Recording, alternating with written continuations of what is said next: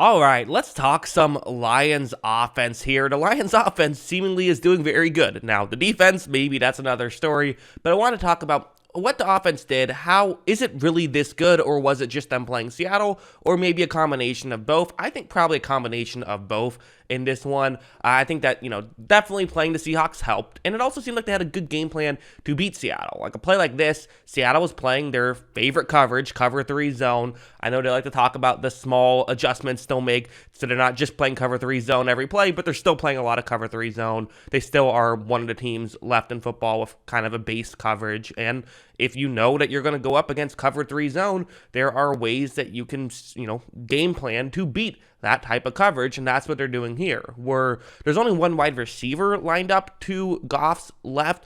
It's going to be a receiver who's going to run a deep route, pushing the corner who's on that side of the field further deep as well. You're then going to have TJ Hawkinson. Basically what he's going to do is fake as though he's just running an out route towards the sideline, but then he's going to run deeper as well. With no corner there, he can potentially get open. Look at how well this works, right? When this play begins, well, for one thing, they kind of run into each other a little bit, so maybe not perfectly not perfectly executed, but the play is still working because Seattle fails to pick up TJ Hawkinson on this play, which, Seattle should be more prepared for something like this. You know what coverage you like to run. You know what coverage teams are going to try to strategize against. This isn't that, creative of a concept. You should be more prepared for this. But hey, if you're the Lions, we'll make them beat you in a concept designed to beat their coverage, and Seattle's failing to do that here. So when Goff hits Hawkinson, they're able to pick up a 32-yard touchdown relatively easily. So to me, again, if we're talking, is this good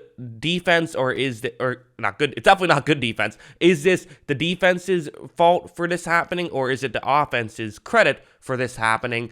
Probably more defense's fault, but still you have to give credit to the offense, which is probably going to be the case on any 32-yard touchdown. But then going over here, so Seattle says, okay, we screwed that up. Let's not screw that up again. You have the same concept that the Lions are running relatively. It's, mostly the same thing. However, this time when Goff takes a snap and looks in that direction, you have not really much of an opening right here. Goff is in a tough spot where, typically you'd want to just bomb it towards the end zone like you did last time, but Seattle much more prepared for something like this. They are not going to allow for someone to get wide open. Again, they're not going to get beat twice, so you got to give them credit for making the adjustment. Shouldn't have let it happen the first time, but still, it's better to make a mistake once than to make a mistake twice. So if you're Jared Goff, what do? I think some quarterbacks would just take the check down that you have underneath, and honestly, I wouldn't hate that decision if he did take that. It's a second down. It would at least make it an easier field goal if you don't get the third down, but also higher chance of getting the third down, and maybe you can break a tackle and get a touchdown or, a first down at least. Instead, watch Goff's throw and watch how he makes it, but he makes it to the back shoulder, which allows it to still be a completion and nearly a touchdown on that play. That's just a smart play of, hey, you see that they're all over it. Well, I have the back shoulder still potentially open because you're afraid of getting beat deep. So because you're, defending it this way, well, now I can attack you that way. So again, this was actually, I think, good defense by Seattle. It was just better offense by Detroit. So while, yes, maybe it got set up by the bad defense earlier, you're now being able to still be able to beat Seattle when they're covering relatively well. Now, we can go over to a negative right here. We might as well, I think, where this is going to be a play. It's actually a very simple concept. You have a receiver running a deep route, and then you also have a receiver running a route that's supposed to get over the middle, kind of underneath the safety, but past the linebackers. When you throw on a play action to get the linebackers to move in,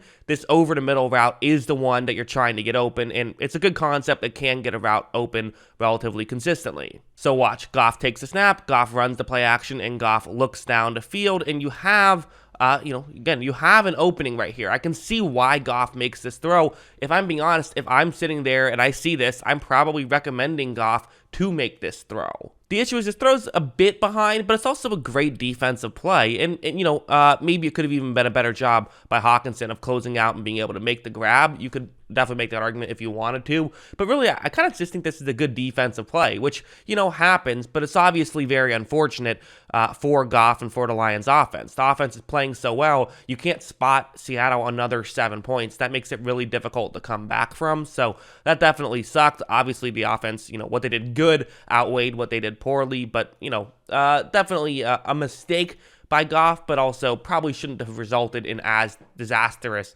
of an outcome. But that's kind of just football. Turnover luck is a thing where sometimes you make a throw that's a bit behind, but then the worst case scenario happens and it's a pick six. Going over to this play, let's talk some running game for a second. Why don't we? So this is the concept. You're going to have the left guard pull over, and he's going to be, blocking the edge rusher for Seattle on the right, and it's just going to be well blocked. Watch how right when this play begins, Williams has just a complete open lane to run right here. This is definitely going to go for a decent amount of yards, but there is a safety who can come in and make a play. Seattle had two safeties deep on this play, so perfect time to run the ball. One less guy in the box. You can account for everybody. You can block everybody. So look, Williams is able to do that. He's able to get to that next level. So this is, offensive line and honestly scheme definitely impacted a lot on getting to this point, but now's where you need a player to make a play. Williams is able to make a move. That's a tackle as a safety. You have to make right there, because that turned what would have been about a 10-yard rush, which still would have been very good,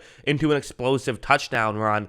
And, if Detroit can get you to have your halfbacks go up one-on-one against safeties, well, these halfbacks are good enough. They will sometimes break tackles against safeties and pick up a ton of yards, and that's exactly what happened there. So again, do you want to sit here and say bad defense? If you want to, it's kind of always hard to tell, because it's just Detroit won every single one-on-one matchup there. So for me, sure, it probably is easier to do that against Seattle than it would be to do that against San Francisco, but it's still an impressive play. And finally, one last play. Again, they just have guys who are really making great plays. And even without Swift and St. Brown in this one, they were still able to be effective with Hawkinson, because this play, it's going to be, again, kind of schemed up to get Hawkinson open. You have a sort of a rub route, pick play, whatever you want to call it, to get Hawkinson open. Jared Goff is going to take the snap. Jared Goff is going to look in that direction and fire in that direction, and they're able to, scheme up a pretty easy completion again for Hawkinson. So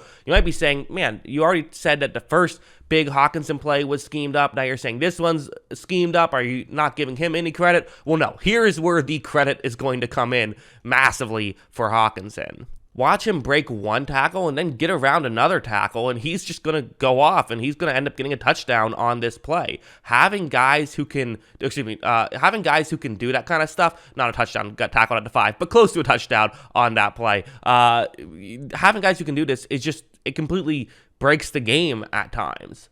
You look at all the best offenses in football, and they all have these kind of traits. Now, again, yes, they played Seattle. That has to be mentioned, is that going up against bad competition, you are going to look better, but they've played well consistently throughout this season. And again, they were without two of their biggest targets heading into this game, probably their two biggest targets heading into this game. And as much as we want to sit here and say, they did good, but it was against Seattle. Well, they put up 35 against Philadelphia. They put up 24 against Minnesota, and they put up 36 against Washington. So there's definitely something there. To play the Patriots next week, that's going to be fascinating to see what New England does to try and slow them down, because New England always seems to have a great game plan. So we'll see what they can do. Should be a fascinating one. But yeah, that's what I think about this Lions offense. What do you guys think? Let me know in the comments below. Always love hearing from you. And of course, as always, thanks for watching.